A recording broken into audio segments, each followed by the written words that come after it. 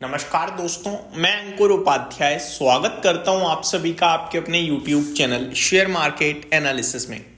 बिना देरी गवाए आप सभी को मैं ये बताना चाहूँगा कि जीएसटी काउंसिल की मीटिंग में जो जो अपडेट्स आई हैं वो हम कल कवर करेंगे। अगर आप जीएसटी से रिलेटेड अपडेट देखने के लिए वीडियो आए हो तो इस वीडियो में मैं आपको जीएसटी से रिलेटेड अपडेट शेयर नहीं कर पाऊंगा, लेकिन हाँ, जीएसटी की मीटिंग है आज हुई है जहां पे बहुत कुछ निकल के आया है, बट कुछ भी फेवर में तो नहीं आया होगा जीएसटी से, इसकी मेरे को कहीं ना कहीं उम्मीद पूरी है। अब यहां पे बात करने जा रहे हैं हम किस टॉपिक पे, 2025 में कहां पैसा बनेगा, कहां पैसा नहीं बनेगा, कौन से स्टॉक्स पे आपको नजर बनानी चाहिए। 2024 में एफआईआईज ने भारी भरकम सेलिंग करी है, क्या 2025 में भी ये सेलिंग जारी रहेगी, इसके बारे में मैं आप सभी के साथ बात करने वाला हूं। तो शुरू करते हैं बिना किसी देरी के। जीएसटी काउंसिल से रिलेटेड इतनी जरूर अपडेट देना चाहूंगा, यूज्ड कार की इन्होंने कुछ अपडेट्स दी हैं, जहां मतलब अपडेट्स तो काफी सारी आई हैं, बट अभी मैंने डिटेल में नहीं देखा इन सबको, तो मैं कल एक बार डिटेल में चेक करने के बाद आप सभी के साथ शेयर करूंगा तो ज्यादा बेटर रहेगा। बट इतना जरूर आ रहा है कि जीएसटी कुछ रिलीफ नहीं है कहीं ज्यादा शायद, और इंश्योरेंस सेक्टर जिसको रिलीफ मिल सकता था उसको लेकर आई थिंक कमेंट्स आए हैं कि बाद में सोचेंगे। लेट्स सी क्या होगा क्या नहीं होगा, बट आगे बढ़ते हैं अपने टॉपिक पे। दोस्तों 2025 की बात करें तो एफआईआईडीआईज के सेलिंग के आंकड़े से शुरुआत करना चाहूंगा मैं। एफआईआईज का आंकड़ा देखा जाए अगर पूरे के पूरे 2024 में, तो मैं आपको बता दूं करंटली टिल नाउ 2024 में 2,89,000 करोड़ 2,89,573 करोड़ की सेलिंग एफआईआईज कर चुके हैं। कितनी? ऑलमोस्ट नियर टू 2,90,000 करोड़ की सेलिंग हो चुकी है एफआईआईज की तरफ से कैश मार्केट में। ठीक है, ये तो कैश का डेटा हो गया।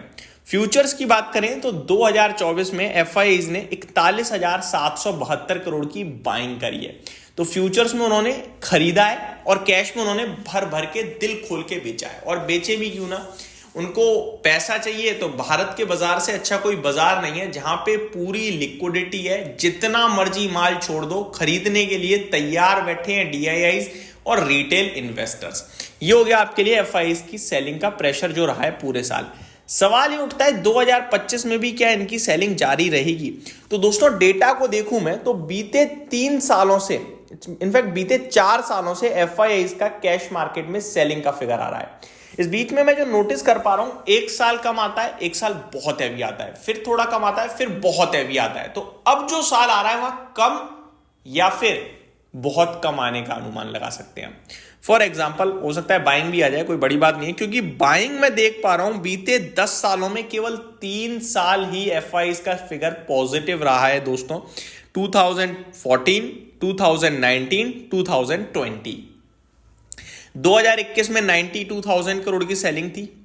2021 में 2,78,000 करोड़ की सेलिंग थी। 2023 में 16,500 करोड़ की सेलिंग।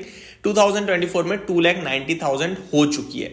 अब 2025 में अगर इन्होंने छोटी मोटी सेलिंग करी तो बाजार में एक अच्छी तेजी देखने की संभावना पूरी है।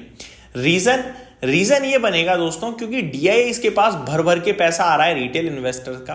बेशक अभी रिटेल इन्वेस्टर थोड़ा डरा हुआ है, खुद भी नहीं खरीद रहा है, शायद एसआईपी भी ब्रेक कर रहा होगा, लेकिन मेजॉरिटी साइड पे रिटेल इन्वेस्टर बड़ा समझदार आया है इस बार। उसे पता है मार्केट की करेक्शन मेरे लिए अपॉर्चुनिटी है, और इस करेक्शन में अगर मैं पैसा डालूंगा देन डेफिनेटली मैं 2 से 3 साल में पैसा बनाऊंगा और अच्छा बनाऊंगा। तो उसे मार्केट पे कॉन्फिडेंस और फेथ दोनों हैं इस समय। वो गिरावट में डरेगा नहीं, पैसा लगा रहा है, और जैसे ही बाजार में तेजी लौटेगी जो लोग डरे हैं वो भी वापस आएंगे और फिर दबा के एसआईपी करेंगे और खुद भी पार्टिसिपेट करेंगे डायरेक्ट मार्केट्स में, जो कि बाजार को और तेजी की तरफ खींचेगा। ये तो हो गया long term scenario. Short term scenario की बात करें तो वो अभी थोड़ा सा डरावना सा लग रहा है। फॉर एग्जांपल दोस्तों कुछ डेटा निकल कर आए हैं, मैं एक बार बताना चाहूंगा। ब्रोकिंग कंपनीज की तरफ से डेटा निकल कर आए हैं दोस्तों, जहां पे पता चल रहा है कि जो अभी देखो वीकली एक्सपायरी बंद हो गई है, आप सभी को पता है, और जो एक्सपायरी होती है उस दिन आपके लिए मार्जिन ज्यादा लगते हैं, प्लस थोड़े दिनों बाद 1 जनवरी से तो कॉन्ट्रैक्ट साइज भी 3 गुना हो जाएगा। तो क्या हो रहा है, मार्केट में पार्टिसिपेंट कम हो रहे हैं, मार्केट में ऑप्शन ट्रेडिंग में पार्टिसिपेशन कम आ रहा है ट्रेडर्स का। इसकी वजह से ब्रोकिंग कंपनीज को बड़ी दिक्कत हो रही है। तो ये आगे चलकर और चिंता का विषय बनेगी दोस्तों।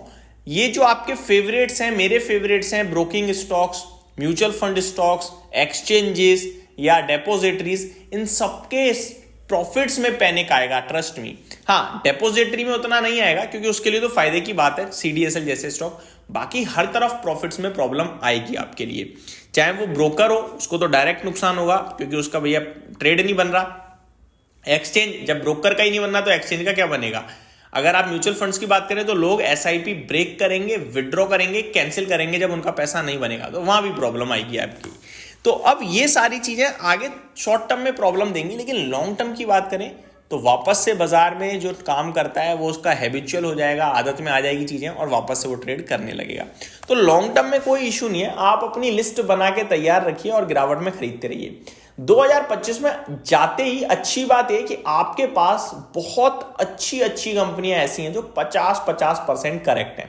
मुझे अच्छे से याद है 2024 जब आ रहा था तो हमारे पास केवल केमिकल, फार्मा और आईटी, टेक्सटाइल भी आप जोड़ लो, ये 4 सेक्टर थे जिनमें प्रॉब्लम थी, बाकी पूरा बाजार हरे निशान में तेजी में था।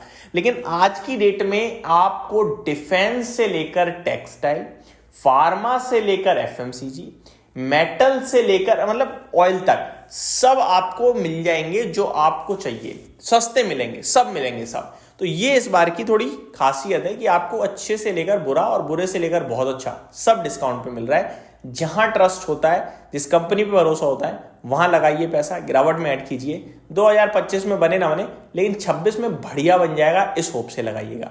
बन 25 में ही जाएगा जहां तक उम्मीद है।